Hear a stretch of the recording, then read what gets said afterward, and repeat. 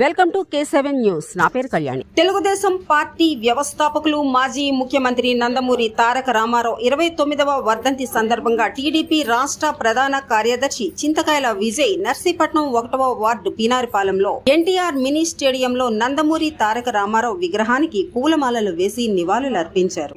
విశ్వవిఖ్యాత నట సార్వభౌముడు నటరత్న డాక్టర్ నందమూరి తారక రామారావు గారి వర్ధంతి.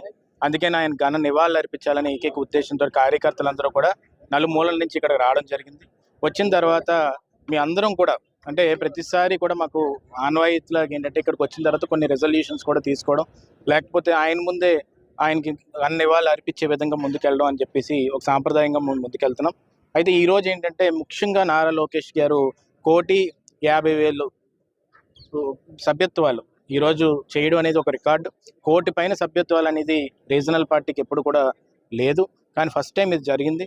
దానికి ఘన నివాళులు ఈరోజు నారా లోకేష్ గారు నందమూరి తారక రామారావు గారికి ఇవ్వడం అనేది చాలా సంతోషకరంగా భావించి ఈరోజు ఇక్కడికి వచ్చి ఆ నివాళులు అర్పించడం జరిగిందండి.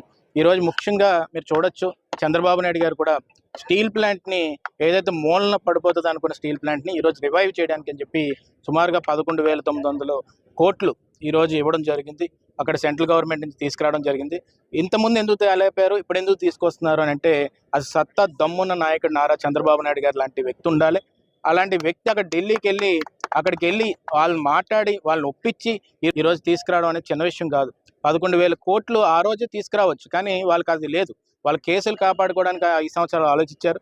కానీ ఈరోజు 11,000 కోట్ల రూపాయలు కూడా ఈరోజు చంద్రబాబు నాయుడు గారు అక్కడికి వెళ్ళి తీసుకురావడం, స్టీల్ ప్లాంట్ మళ్ళీ రివైవ్ చేయడం, దాంతోపాటు నిపాన్ది కూడా ఒక స్టీల్ ప్లాంట్ ఇక్కడ పెట్టించడం, అలాగే ఎన్టీపీసీ గ్రీన్ హైడ్రోజన్ ప్లాంట్ ఇక్కడ పెట్టించడం, ఇది ఎప్పుడు కూడా అన్ప్రెసిడెంటెడ్, ఎప్పుడు కూడా జరగలేదు దేశంలో. అందుకే నారా చంద్రబాబు నాయుడు గారికి కూడా ఎన్టీ రామారావు గారి ఆశయాలు ముందుకు తీసుకెళ్తున్నాను. ఆయన కృతజ్ఞతలు తెలుపుకుంటూ సెలవు తీసుకుంటాం. భవిష్యత్తులో